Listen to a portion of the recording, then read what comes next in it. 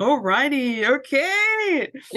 Work in progress. And again, thank you too for like sitting here and doing this with me, especially with it being my first time. So, No, I appreciate you for making the time. yes. So I again have your form here that you filled out. Yes. So again, we're just gonna go through this, figure out what it is that I can do to help you along your Korean learning journey, and just maybe get a schedule going and try to figure something out in regards to the resources that you have. Yeah, sounds good. Ooh. So on here, you had noted that one of your biggest challenges is pretty much having that plan or the structure, and a schedule for learning and like remembering grammar rules. So tell me a little bit more about that. Like, what are some of the things that you've tried or that you've done and that you feel like you've like fallen flat on, I guess, in a sense. Yeah. So basically, I'm so used to like school studying wise. I'm used to like structure from classes with homework and everything.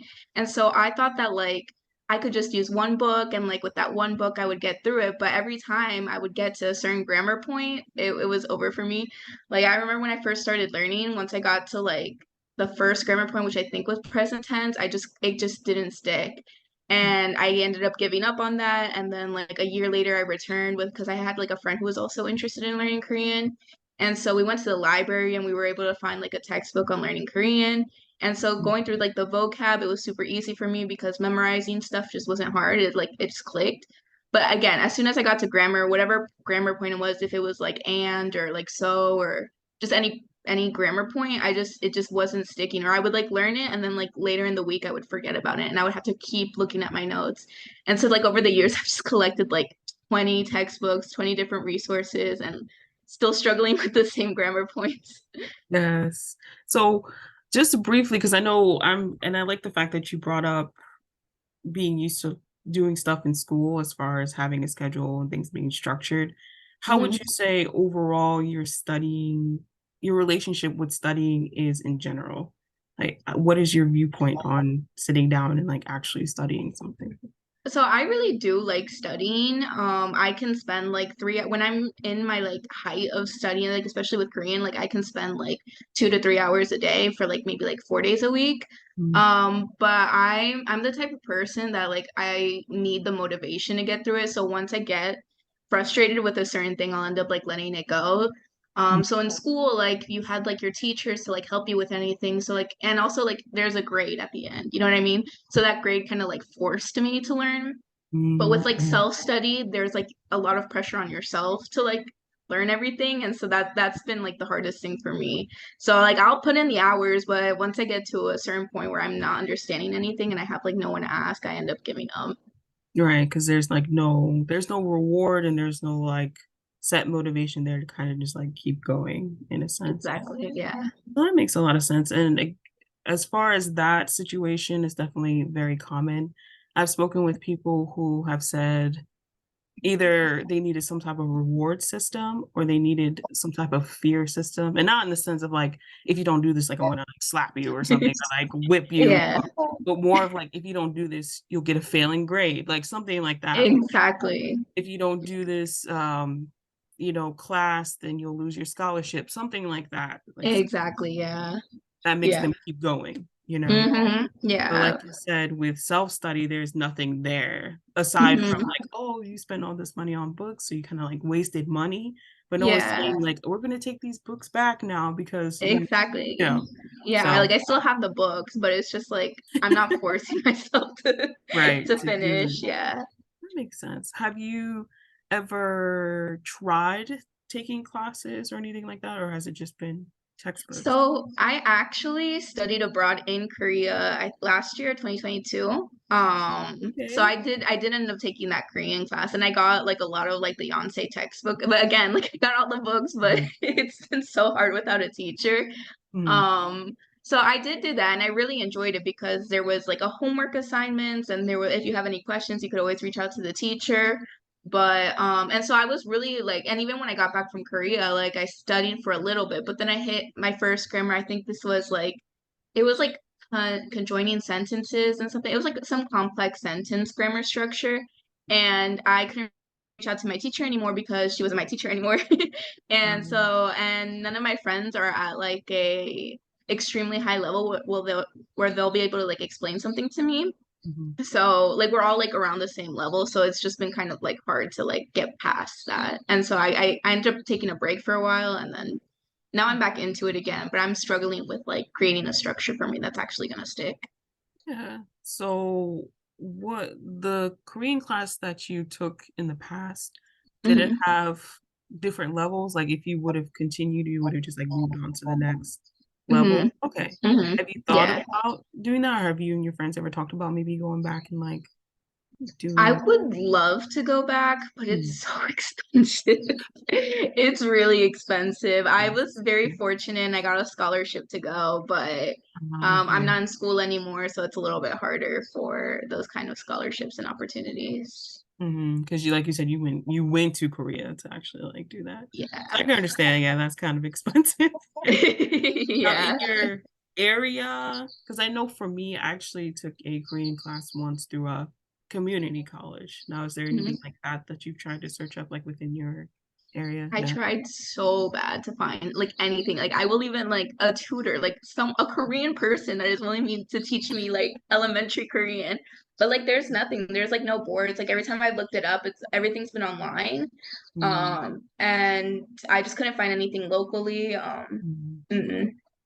Now, do you prefer like in person, like how you had the Korean class, or would you be okay with like online I'd be classes? okay with online opportunities. I think the issue that I was having was that they were just really expensive. They were like Mhm, anywhere from like 100 to 200 and it was only for like 3 sessions or something like that, and so it was mhm, just it wasn't affordable for me at the time.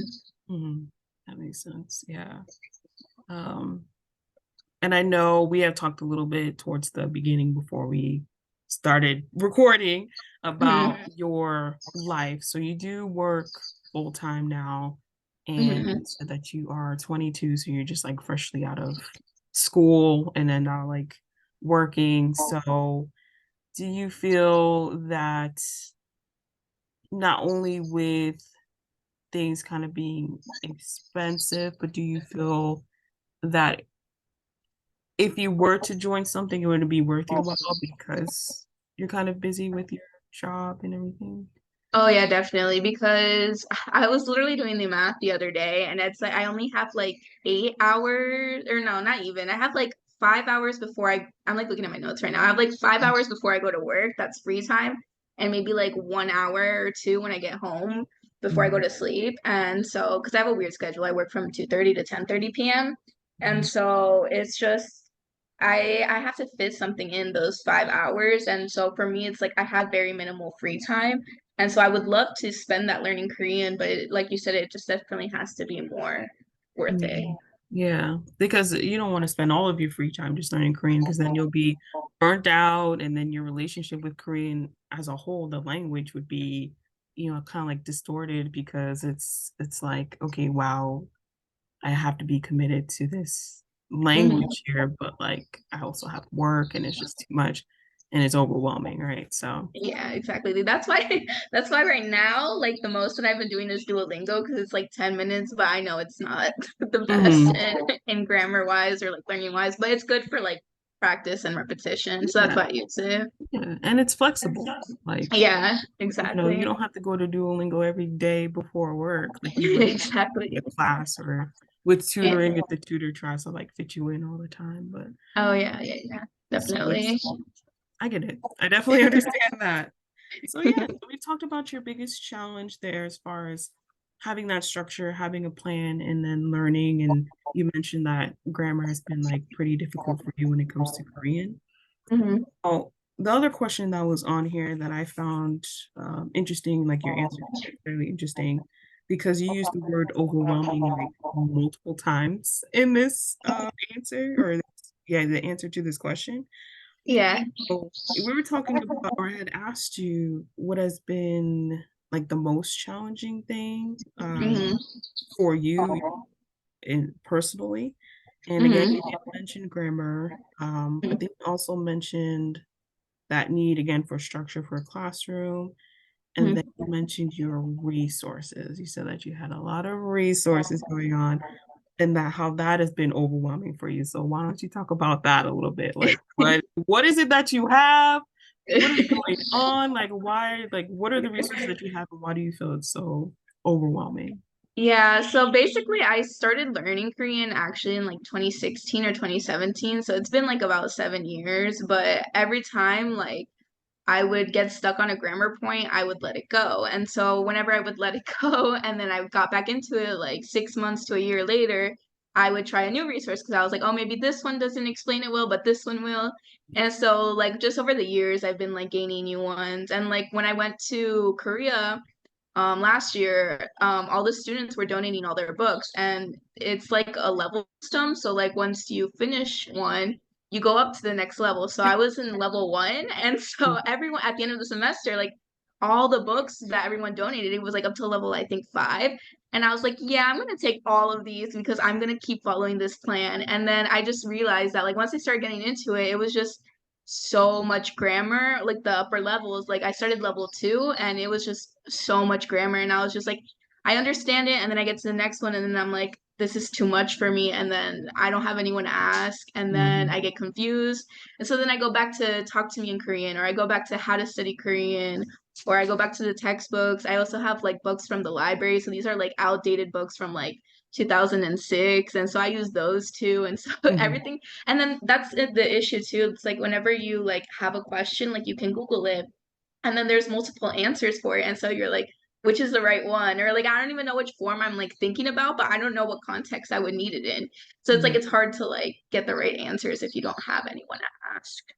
Oh, that's true. And it's funny that you mentioned when it comes to like those textbooks, how when you go through a certain lesson, unless you have someone sitting there and explaining it to you, it's really hard to grasp the concept. Like even if you Hmm. feel like you understand it, like you said, you have questions, but it's like, Hmm. who do you go to? And if you do find someone, can you trust them? Like it's just one of Yeah. those things where it's like, what now? What do I Exactly. do Yeah. now? And then Exactly. at that point you feel like giving up because you're like this person's saying this over here, that person's saying that, this person's saying Hmm. this and that, so like what do I do, what is Yep. this? And then you're just like, well then I'm Exactly. done, you know. Exactly, yeah. And um I have so like mostly like I have a lot of the Talk to Me in Korean books, like not just like the grammar like lesson stuff, but I have like their words of the day. I don't remember like the titles for them, but it's like expressions and read the news and like I have like all of them, but I have no clue what to do with them because like I'll open a page, I'll read it and I'm like, okay, and then I'll give up on it and go to the next one. Like Now, it's just I don't know what to do with. do you also have, and I'm just guessing, so I know we're talking about textbooks and like things like that, but how many apps have you downloaded? I'm curious to know. Okay, so I downloaded I downloaded the was this Hello Talk, right? Yes, Hello That's like Talk. that's Uh-huh. yeah. So I've had that one before, but I wasn't getting any answers and like a lot of the people would ghost me and I was just like, yeah, no, this isn't for me. I have Duolingo, um I use Papago now, which isn't that good, but it's just I needed to like check like if my sentences are right. Uh-huh. And so like Yeah. that's another thing, that's what I use. I actually don't have that many apps now that I think about it. And then Shocking. Duolingo, but Yeah.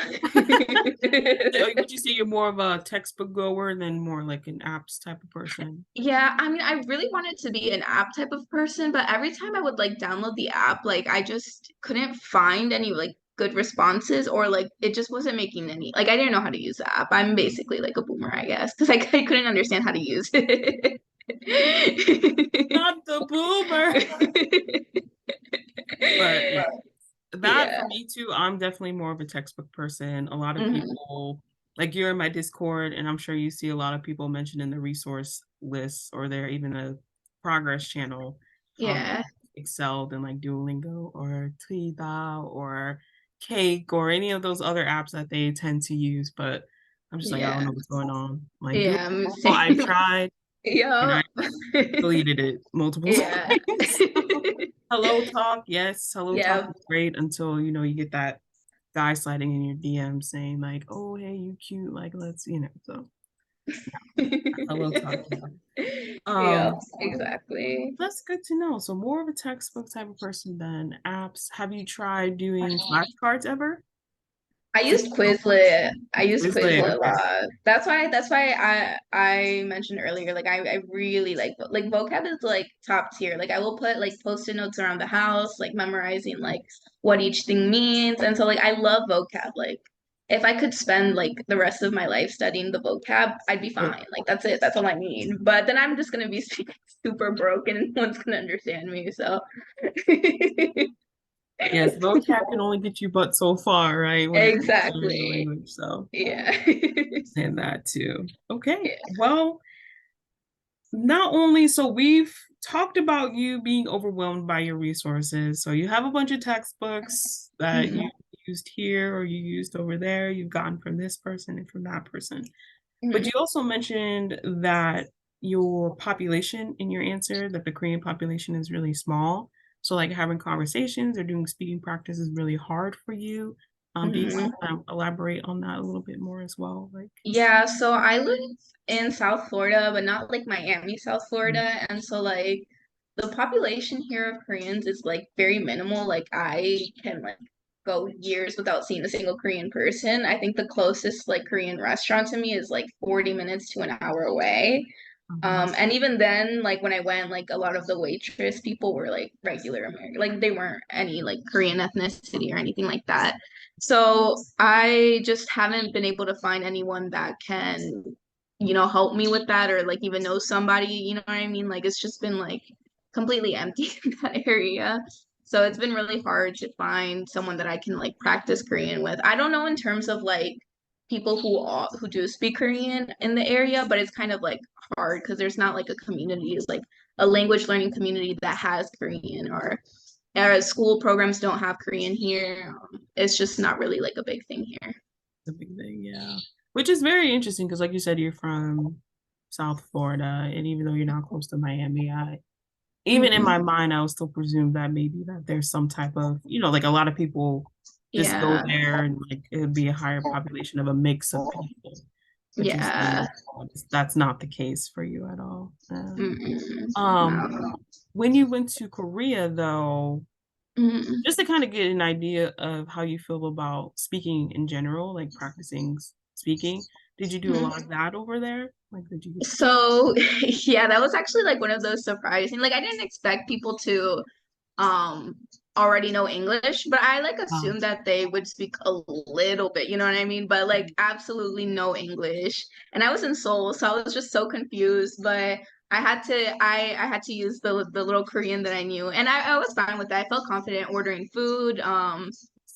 Not necessarily asking for directions, but asking where the bathroom is was easy. And like getting around in taxis was fine until everything's until they ask for something specific. Like the basic mhm. general stuff, I'm good.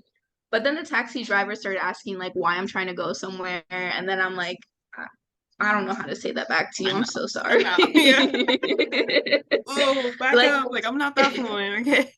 exactly, exactly. And that's where I'm trying. I want to be conversation. Like I can order food, but I can't ask for anything like Mhm. substitutes or take something out. Like I don't know how to do that. 1 second. Sorry, I don't want them to Okay. the whole time.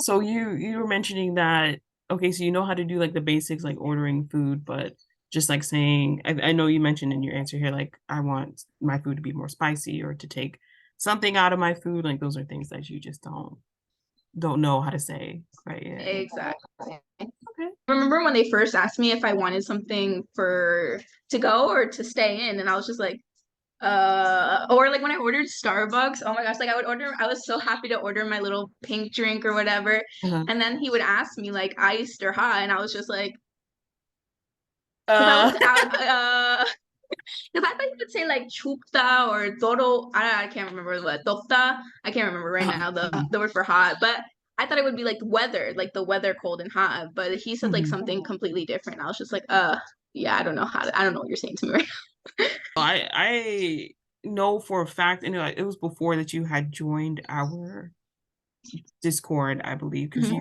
you just joined pretty Yeah, I recently. did. Yeah. So I used to in the past, maybe it was almost a year ago, do Mhm. scripted speaking practices. And one of them was ordering at a cafe. So we learned how to say, like, I want an iced drink, or I want it to be hot, or I want Hmm. it here, or to go, or I want it in a cup, or I want it in a mug.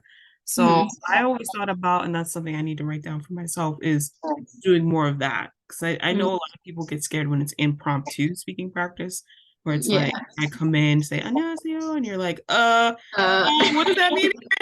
Because you're so nervous yeah. versus having a script. Like, okay, you can either say this or you can say that. And if you Yeah. say that, okay, what would be the next thing to say after I say this? So that Hmm. definitely be something to look into again. And I know a lot of people did enjoy that. And I Oh feel like you yeah. benefit from that too, probably. It's like, Yeah, I would definitely enjoy that. I really like the scripted stuff because like in the moment, like I will forget like that happened actually a lot in Korea. I under and I could understand what they were saying for the most part, but it was just like I don't know how to say anything back to you, right? yeah, like, because literally, and I'm not sure if this happens to you. I know it happens to me a lot Hmm. where I'll know vocabulary words, but the moment I'm put on the spot for something, it goes like Yeah, a I hundred draw percent. blanks. Yeah. 100%. I'm the same way. Yeah, exactly. Like Especially someone with could be like like, the polite casual form. Oh my gosh, one time in mm, the within a taxi, I went super casual and I was just I like as soon as I got out, I was just like, oh my God, I just realized what I said and I was so sad. I'm mad at myself. it's okay. Yeah, But it I was get like that. super casual and I was just like, this is I was like, this man probably hates me now. Oh, no, no, no. And I think that's always the idea is that, oh Hmm. my gosh, like I made a mistake with my Hmm. grammar, with my formality, and because Yeah. it's not, oh, like they're dumb, or oh, like I don't like her, but we're foreign. Yeah. Like they know we're foreigners, so it's like Yeah, that's not true. really, yeah, they're not That's really, true. unless they're wanting to help, then they'll correct you. But I Hmm. think he's just focused on getting you to your destination. You know what I'm saying? So, Yeah, yeah, exactly. but it's hard. It's hard to think of that in the moment for sure. Yeah, yeah. It's just so used to talking like because it's like it's broken Korean that I knew and I would talk it super broken with my friends. So we would be like miane and just like just random words that we knew. And so I was just in the habit of talking to them. So when I was saying like I messed up like the direction with the taxi driver and I was like, oh miane. And I was like, but it was too late because I didn't know how to say, oh, I didn't mean to say that. I'm sorry. You know what I mean? Like I was just like, oh, sorry, I already messed up. Like he knows I don't speak Korean. Yes, yes. So you just have to keep in mind is that they don't, Yeah. they don't know if I'm fluent or not. You know, Yeah. just leave it be. Yeah. Um, Now going into, so as far as your main issue, what you're wanting help on, which is the grammar and the fact that there's lack of Mhm. speaking, um, is being conversational pretty much your main goal as far as like what you want to focus on when it comes to, because we're going to be making your schedule in just a second as far as like what you're wanting for yourself, some maybe Mhm. options you can do to kind of help with your main goal, but that is your main goal, is just to have more conversation and be able to. Yeah, definitely. Like I want to be able to like tap on someone's shoulder and be like, "Hey, like you know how to get to this, this, this, and this." And if they say something, I can say something back. Like I Mhm. just want to be able to have a conversation with someone and make friends and stuff like that. Like essentially, I would love to be fluent, but like stepping stone is like at least a basic conversation. You know what I mean? Right. Just being able to get your way around, maybe help out your Hmm. friends if you decide to go back to Korea. Like they can look Yeah. to the person to be like, hey, can you ask this person this? And you be able to be that person. Exactly. Yeah, that's exactly what I want to do. It sounds like we have, which is funny, we have similar goals because that's what I want to be able to do as well. Is just be able to survive. That's it. Right. That's all I want for right now. The fluency can come later as as we gain practice. Progress. Yeah, for sure. Very good. Well, okay. I know this thing's about to shut down on us. So Yeah. I'll probably just cut it here, and then Yeah. when we sign back on, we can get into making a schedule for you that's like personalized, and talk about maybe some of the resources you have, and breaking that down and trying to figure out, okay, what can you use here, or like Mhm. when you're working, you can use this after work or something like that. Yeah, sounds perfect.